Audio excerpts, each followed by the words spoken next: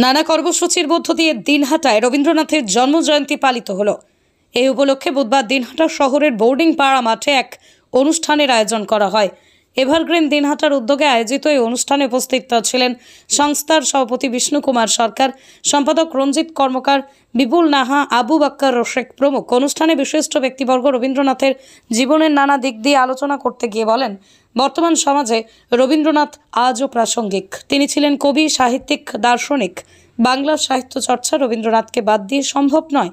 শিশুদের শিক্ষার হাতেখড়ি রবীন্দ্রনাথের মধ্য দিয়ে গীতাঞ্জলি কাব্যের জন্য তিনি নোবেল পুরস্কারে ভূষিত হয়ে দেশের মুখ উজ্জ্বল করেছেন। পরাধীন ভারতে বঙ্গভঙ্গের বিরুদ্ধে যে আন্দোলন সংগঠিত হয়েছিল তার রূপকার ছিলেন রবীন্দ্রনাথ ঠাকুর। এদিনের এই অনুষ্ঠানে আবৃত্তি, সঙ্গীত, নৃত্য পরিবেশনের মধ্য দিয়ে অনুষ্ঠানে প্রাণবন্ত হয়ে উঠেছে। এর আগে রবীন্দ্রনাথের প্রতিকৃতিতে মাল্যদান করা হয়। এদিনের এই অনুষ্ঠানে বোর্ডিং পাড়া এলাকার বেশ কয়েকজন কৃতি ছাত্রছাত্রীদের সংগঠনের তরফ থেকে সংবর্ধনা জানানো হয়। এদিন দিনহাটা বিদ্যাসাগর দীক্ষিত জন্মোৎসব কমিটির তরফ থেকে রবীন্দ্রনাথের জন্মদিবস যথাযোগ্য মর্যাদায় পালন করা হয়। দিনহাটা মদনমোহন পাড়া এলাকার বিদ্যাসাগর মূর্তির পাদদেশে রবীন্দ্রনাথের প্রতিকৃতিতে মাল্যদান ছাড়াও বিদ্যাসাগরের আবক্ষ মূর্তিতেও মাল্যদান করা হয়। এছাড়াও রবীন্দ্রনাথের জীবনের নানা দিক নিয়ে আলোচনা সভা অনুষ্ঠিত হয়। অনুষ্ঠানে দিনহাটার বিভিন্ন স্কুলের ছাত্রছাত্রী ছাড়াও বহু সাধারণ মানুষ উপস্থিত ছিলেন। এদিন দিনহাটার বিভিন্ন শিক্ষা প্রতিষ্ঠান, ক্লাব এবং স্বেচ্ছাসেবী সংস্থার তরফ থেকেও যথাযোগ্য মর্যাদায় রবীন্দ্রনাথের জন্মদিবস পালিত হয়। আপনার বাইক কেনার স্বপ্ন এবার হবে পূরণ, কারণ আমান হোন্ডা নিয়ে এসেছে একেবারে স্বল্প ডাউন পেমেন্টে বাইক বা স্কুটার কেনার সুবর্ণ সুযোগ। বিনা অ্যাকাউন্ট, লো সিভিল, ন্যূনতম ডকুমেন্টে আজই নিয়ে যান স্বপ্নের বাইক আপনার বাড়িতে। অতিরিক্ত ছাড় পেতে আজই যোগাযোগ করুন বামনহাট আমান হোন্ডা শোরুমে। শর্তাবলী প্রযোজ্য। যোগাযোগ করুন 9002805414। উপরে আমরা সবাই জানি বিষয়টা হচ্ছে গীতাঞ্জলির যে কবিতাগুলি ছিল সেই কবিতাগুলি ইংলিশ অদ্বিতীয় কবি W.B. ইয়েটস এবং রবীন্দ্রনাথ তারা দুজনে বসে কবিতাগুলি ইংরেজিতে অনুদিত করেছিলেন। সেই ইংরেজিতে অনুদিত যে বইটি, কাব্যগ্রন্থটি, তার নাম ছিল সংস অফারিং, অর্থাৎ গীতাঞ্জলি। সংস মানে গীত বা সঙ্গীত, অফারিং অঞ্জলি, সেটাকে গীতাঞ্জলি হিসাবে আমরা বাংলায় অনুবাদ করেছি। এই সংস অফারিংসের উপরে মূলত কিন্তু নোবেল প্রাইজ পেয়েছিলেন। এই নোবেল প্রাপ্তির সাথে সাথে আমার যে বাংলা ভাষার সঙ্গে সারা বিশ্বের কোনো পরিচয় ছিল না, এই পরিচিতিটি আমাদেরকে করেছিলেন রবীন্দ্রনাথ ঠাকুর। তিনি একাধারে কবি ছিলেন, সাহিত্যিক ছিলেন, নাট্যকার ছিলেন, দার্শনিক ছিলেন, সমাজবিজ্ঞানী ছিলেন।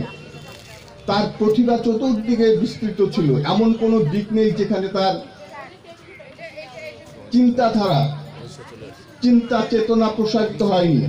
আপনারা দেখেন যে এখানে আমাদের সামনে কতগুলো লাল ফুল, রক্তাহ গাছ আছে, কৃষ্ণচূড়া নাম। আমাদের এই প্রকৃতিটাকে অনেক সুন্দর করে তুলেছে, অনেকগুলো গাছ আছে। এটার আদি নিবাস হচ্ছে মাদাগাস্কার, সাউথ আফ্রিকার দক্ষিণ পূর্ব কোণে ছোট্ট একটি রাষ্ট্রদ্বীপ আছে মাদাগাস্কার। সেখানকার বাসিন্দা হচ্ছে এই কৃষ্ণচূড়া। এর আসল নাম হচ্ছে ডেলোনিক্স রেজিয়া। কবি রবীন্দ্রনাথ ঠাকুর এর নামকরণ করলেন কৃষ্ণচূড়া।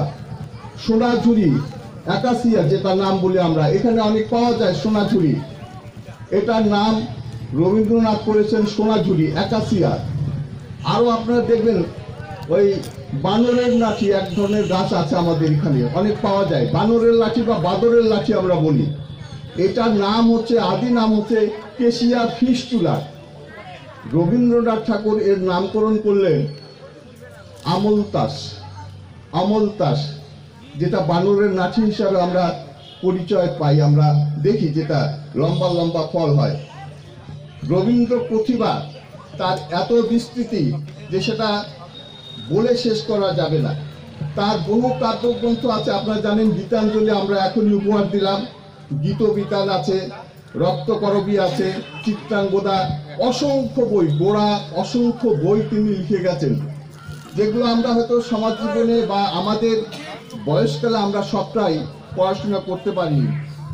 আরেকটা বিশেষ দিক আছে, আমরা জানি কি আমাদের দেশের ক্ষেত্রে ভাবা যায় না, দেশের ক্ষেত্রে যে আমাদের জাতীয় সঙ্গীত সেটা হচ্ছে জনগণ মন অধিনায়ক জয় হয়ে, এটা আমার দেশের ক্ষেত্রে। রবীন্দ্রনাথ একমাত্র কবি বিশ্বের ক্ষেত্রে যার জাতীয় সঙ্গীত 3টি দেশে জাতীয় সঙ্গীত, তার কবিতা জাতীয় সঙ্গীত হিসাবে পরিচালিত হচ্ছে। বাংলাদেশ সেখানে জাতীয়